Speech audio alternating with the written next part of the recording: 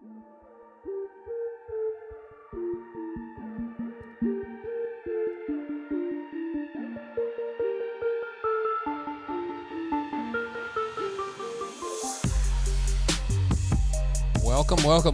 public speaking students near and far. Hello, it's me, Professor Yano, again with another great, well, I mean, you get a term, it's great. That's kind of a little bit of a subtle argument there. There's another great video in your public speaking class. Hey, it's been a little bit. It's been so hot and been so discombobulated, doing some stuff I'll talk about at the beginning of this video, but this is video number 4, if you're trying to watch them in order. Welcome back. Glad you watched the video. Let me know on Discord if you find the videos appealing or not. So at this point in the class, online students, you should have been responsible enough to get a GoReact account. Sign up for GoReact. Run a little test video. About a minute is all I need, and I'll leave you a little comment and say, oh yeah, I can hear you fine. That sounds good, or whatever. And that way we know that your audio and video is good. The worst possible thing that could happen if you don't do the test is that you'll work really, really hard, make a great speech, and it won't have recorded at all. And you're still on the hook for that assignment. So you don't want to do that. Anyway, I have my hair up today. I don't know what you think about that. My partner, she doesn't like it when I put my hair up. She's like, you're doing it wrong. And I just don't know if there's really a way to do it wrong. But it's like, you're doing it wrong. It looks terrible.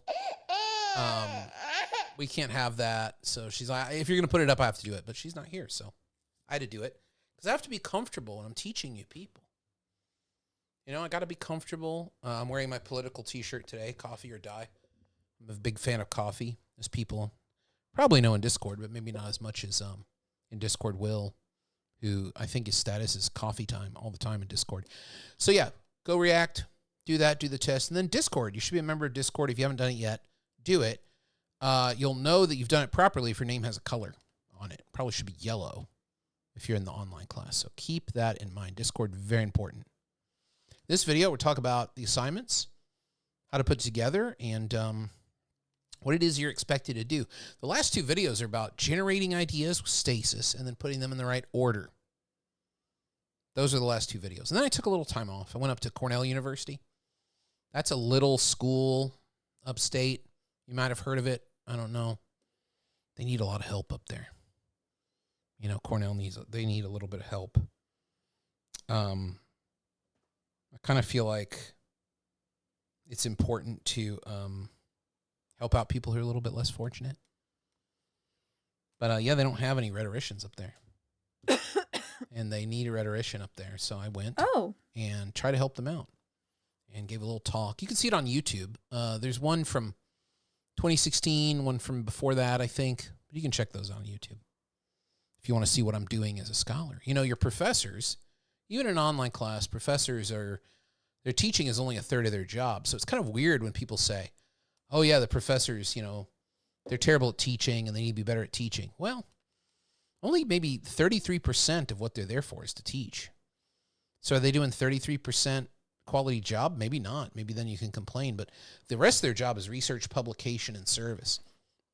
The service is the weird one. Service is, are they helping the university function through being on committees, doing committee work, or doing other kinds of work for the university, for the institution to survive? If you're given tenure, you know, you're going to work at the university forever.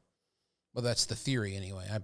I'm making that theory come true. 16 years here at this place right behind me. I'm still just sitting outside, too. They still haven't given me an office. I just sit out here on the lawn and make videos. A little weird. But my green screen is kind of messed up today. I'm going to sit like this, and then maybe I won't have green screen issues. But yeah, 33%. So keep that in mind when you're evaluating your professors on such sites like Rate My Professor, which we'll talk about when we talk about evidence in a future video. So yeah, you'll have to check that out and see what you think. Yeah, this one is about the assignments. So if you look to the syllabus, let's look at the syllabus together, shall we? We'll look at what it is that you are supposed to do. This page, assignment descriptions, has the different assignments for the different things, and they correspond with the 4 books. As you know, you're supposed to read 4 books for this class. You're supposed to read David Loy's The World is Made of Stories. You're supposed to read, my email's open.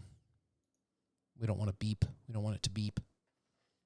You're supposed to read Peter Mathiassen's Snow Leopard. You're supposed to read Dialogue by David Bohm and American Dialogue by Joseph Ellis. Sorry, what's wrong with my mind in terms of these authors? You'd think I would remember the authors whose books I assign. Am I too little? Oh, that's a little bit better. Now I'm a little bit bigger. So, yeah, please keep in mind that these assignments are suggested. That is, I know it's tough to come up with what to say. These assignment descriptions should be thought of as things that you could lean on and do, or if you were really, really worried about what you should do for a speech, I think these are great questions that can help you generate that stasis. But remember, you're still going to want to go back to stasis theory and to the organizational document, all available on Canvas, by the way, and look to those as ways to generate things to say. You want to make sure that you've got that method down. And it takes a little bit of practice. Maybe I'll do a video where I can practice doing those things with you. But please think of these as suggestions. Okay? So take a read of that. That's at the end of the syllabus. You might not have read it all yet, but, the due date approaches for Speech 1. And you're going to want to give that a try to think about how well you can make your claim. This class is about perfecting the ability to be listened to and heard in an actionable way by people. We don't want a response where it's like, yeah, that's a college student speech. I feel like that's like a D. Like, why would you want that out there? Why would you want to share that? Like, I gave a speech. Who cares? I gave an interesting speech. Oh. Okay, now that's a little bit different. That's a speech where it's like, I have a thesis that is thoughtful, a little bit more than just the topic. A thesis is not a topic, as I've talked about in previous videos. It has interesting things to share, a new perspective, something we might not have thought about before. Wow, that speech was very moving. Okay, that's another level. These are all levels of A kind of speeches. Interesting, moving, or wow, there are some really important things I should really consider agreeing with. That's the cream of the crop, baby. That's the top level. And if you're at that top level, then you're rocking it. You're doing great. So keep that in mind. This speech is designed to be a connection with people. I'm not looking for the following of rules. I'm looking for riffing off of these guides and helpful things I give you in order to make that difference. So how are you going to be graded? I bet you've wondered that. I've wondered that too. So I posted on Canvas. I can post it in Discord too. You guys aren't very active on Discord yet, but I'm hoping that you will be. Okay, here's how you're going to be graded. Let's go over this and see. So the first section is delivery. Delivery is how do you look and sound. Now, that might sound kind of superficial. Here, I'm just going to leave this up while I talk. That way you can look at it. But you can follow along. This document is called Speech Rubric. It's available on Canvas. Just click on it, follow along. You can have it open as you listen to me and take a look at it if you want. But I'll just leave it up here, and then you can just watch the video and look at it if you're on your phone or something. Maybe you're going to work or you don't have access to your laptop. It's charging or something. Or I don't know. Maybe you should prefer to check things on your phone. Who knows? I don't know. What is your preference? Put it in Discord. Let's talk about that. What's your preference for consuming this kind of content? Okay. Vocal variety and pace. What is that? Do I sound different? Do I sound engaged? Am I talking too quickly or too slowly? What is all of that? What are those things? And this is the level of expertise, like having a conversation. What we don't want is reading an essay from a paper. If you read a document, you're going to get 0 points in this section.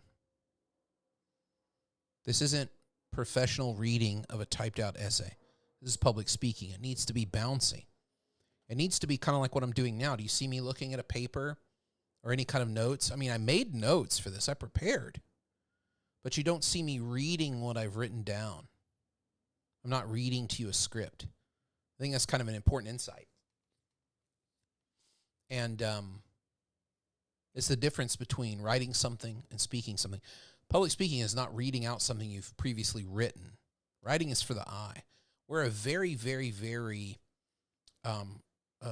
graphocentric, I guess I'd say. Grapho being the verb to write from ancient Greek. Graphocentric society. It means we privilege writing. And if you don't believe me, we can just do a simple little thought experiment. Would you sell a car or buy a car on a handshake, or would you want a written contract? You say, well, the writing is more verifiable than the speech. But you could imagine a culture where it's the other way around, where writing is not trusted. So we're very graphophilia. We love it.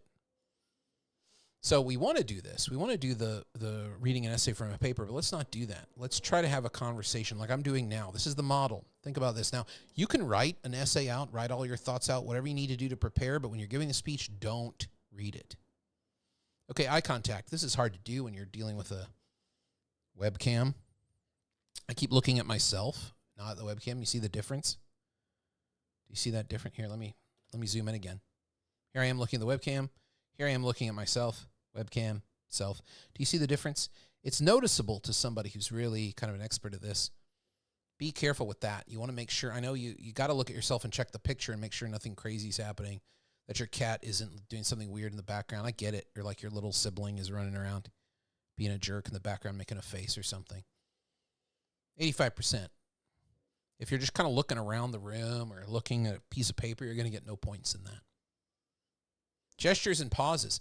These help the audience understand and process. Notice that when I give these videos, I pause a lot. I do pause a lot. That pausing is there in order to provide you some time to think through and to think about all of the things that I'm saying. It's for you. It also helps reorient attention. Sometimes if you go silent, people might double check. They might say, oh, did my video stop playing? What's going on? And also gesturing. You might have noticed that if you watch a lot of TikTok or Instagram, there's a lot of people who are like doing these kind of, gestures and things. I think it's so interesting. I wonder how that really plays into the algorithm. But you'll still see people who, when they want to convey surprise or joy, they'll be like, you see that a lot on TikTok. And you see people doing like this kind of gesture, like bringing down. They say the first thing you need to do if you're going to have success on YouTube, like be wary of those gestures. I think those gestures they have something to do with the algorithm. And that's why they're done. I'm not saying they're bad. I'm not saying they're good. But the importance of using gestures and using some kind of physicality to help bring the audience around is very important. Okay, let's look at the next category I'm looking at. Exordium, audience focus. Preparing the audience. Did you get attention from them and orient them to the topic? Or did you do no attempt? So here's a great way to fail all your assignments. You ready? Here's how you get an F. Hey, class. Good morning.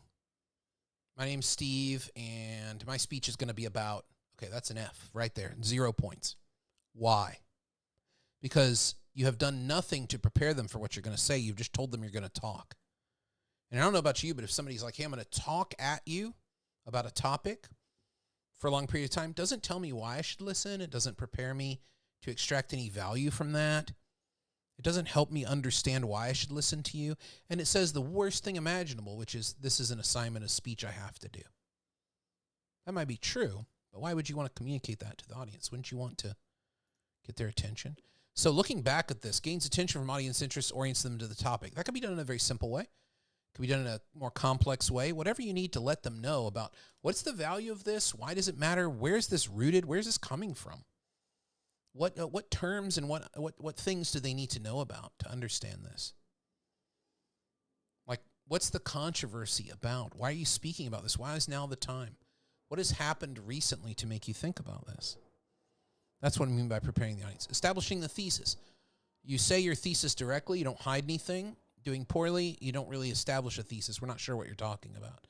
Somewhere on that scale, you want to be more this way, which is a clear, direct thesis. I mean, clear is a weird word, because what is clear? Audiences have different understandings what clear is. So I would say the best thing you can do is be direct and really just be honest about what it is that you're going to present. There's no need to hide it. There's no need to have a surprise ending. I know that like with the Marvel Cinematic Universe and all this, people are very spoiler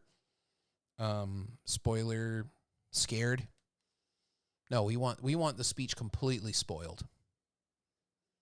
Absolutely spoiled. After you've gotten their attention, what is this about? Where are we going? And then where are we going in detail? What are the major points you're going to say? So if you're going to try to convince us of something or get us to feel a certain something, we'd like to know how you're going to do that. What are the different elements? Because that helps us keep track in our mind where we're going and how much time is left and how much more you have to do to convince us. Where are you going? So those things you need to think about.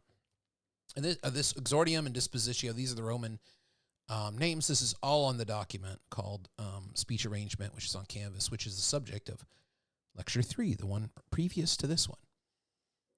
Dispositio, organization, creates a compelling narrative. Now, storytelling is the subject of David Loy's book. That's why I have you read that. So if you want more detail on narrative, read the David Loy book very carefully. Keep it moving, interesting, develops the story as an unfolding live experience. Instead of just saying facts or just saying the truth, smacking us with the truth, you're telling a compelling narrative of your information and your points, making it all connect as a fluid thing. It's like a river. You know, it's the water slide of rhetoric. Ooh, I like that. I should really copyright that one. That one is very good. The water slide of rhetoric. Yeah. Thank you. Appreciate that. That's very nice. I don't know. Maybe it's a little bit overkill. But I do like these kind of metaphors. If you just have the interchangeable points or you just put the facts in a random order, I'm not going to give you much credit for that. I'm looking for something that you're building a case. So this leads to this, leads to this. Keep that in mind. You're building a case. Every time you speak, you're building a case. You're helping people see why you're right or why you should be considered or why your viewpoint matters at the bare minimum. Bare minimum. Transitions lets the audience know when a major point is being departed for a new point, connects them narratively, and jumps to a new point without any bridge. So if you're like, okay, so next point, that's going to be over on this side of the scale. If you say, now that we've considered all the factors in this, you might be asking, well, what about blah, blah, blah, blah, blah?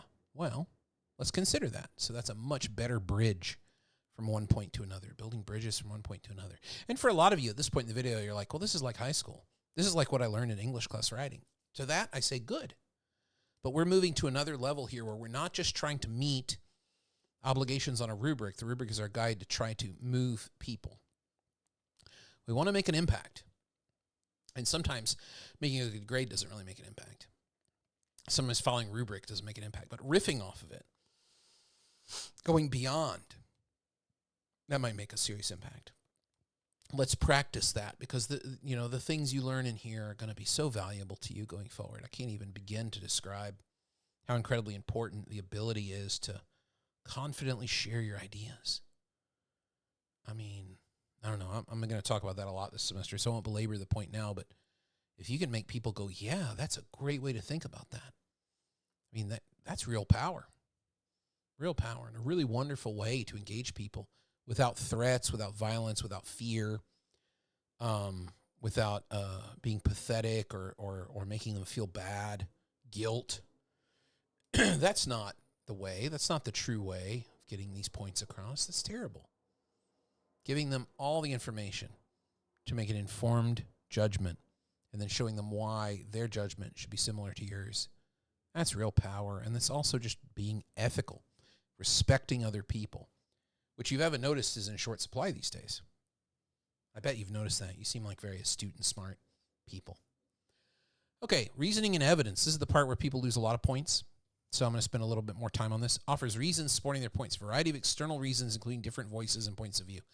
Any citation, any source you find, that's another point of view. That's an expert point of view or somebody who has experience point of view or maybe a journalist's description of an event.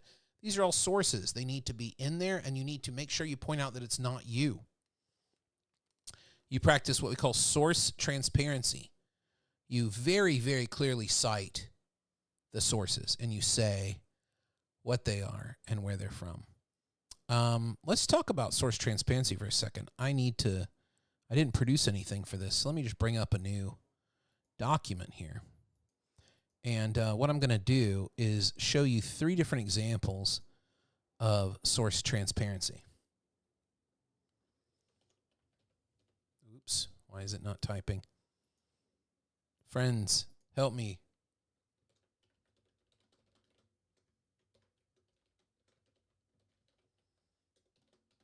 Okay, this is source transparency at its most basic.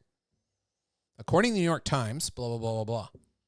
That's great, and that might be all you have, but let's look to a deeper level.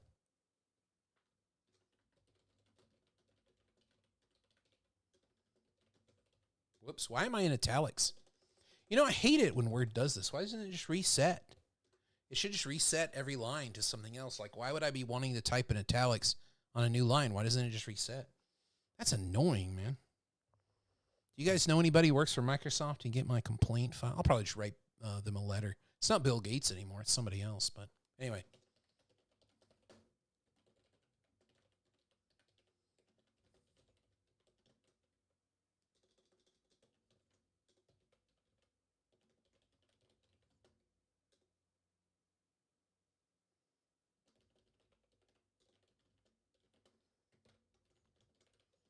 Okay, this is better. Why is this better than the first one? The reason is that this gives people a reason to believe the credibility if they have trouble with the first credibility. And as we know, we live in an era where everyone is highly suspicious of media resources. And to that I say, good, you should be suspicious of the media. We should always be skeptical of the media, especially when we live in a country where public media is not a big deal. We have PBS, we have like PBS NewsHour. But almost all of the venues where people are getting their journalism and their news are for profit, which means there's corporate decision-making structure that trickles into every decision about what gets covered, for how long, and in what order they get covered. So that's something you should be aware of. So some people would say the New York Times is liberally biased. I don't know how that's possible, since they're interested in making millions and millions, billions of dollars. You'd think they'd be conservative. But this is an argument a lot of people believe. So let's say your audience might believe the New York Times is biased in that way. Well, one way around it would be to say, well, according to the study conducted by Johns Hopkins University, you go deeper in the story. It's not the New York Times who's saying it. It's Johns Hopkins University, a well-respected research university that has a lot more credibility than a newspaper. But you can say, I found this in the newspaper. So this is how you show that the credibility of that is even better. But we can do even better than that. We can do even better than that on source transparency. We can get really deep. My allergies are acting up. I'm going to have to take an allergy pill before the next video. Just, TMI. Just for you to know. I can't stand how itchy my... it's always when I'm making these videos that my nose gets super itchy. I don't understand it. Allergies are pretty terrible. Okay, here's the third and the best way.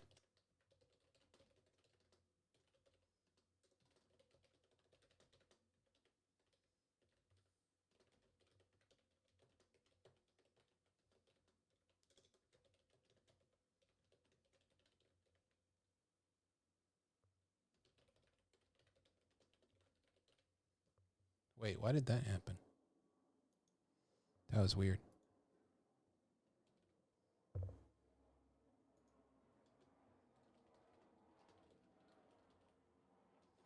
Okay, and then later you would put in, according to the New York Times, that. But you see how detailed that is.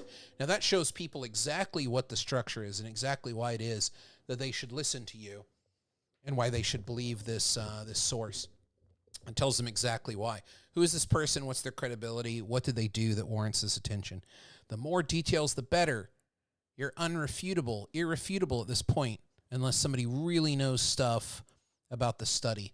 But this way, it also is very ethical and very fair to people because you're letting them know, hey, come at me. Come at me, bro. Like, go look it up and see if you can find a problem with it. You're inviting them to check out your sources. And that's really what we want when we're thinking about this idea of source transparency. Test of evidence. The next video is test of evidence. Watch that one, video number 5.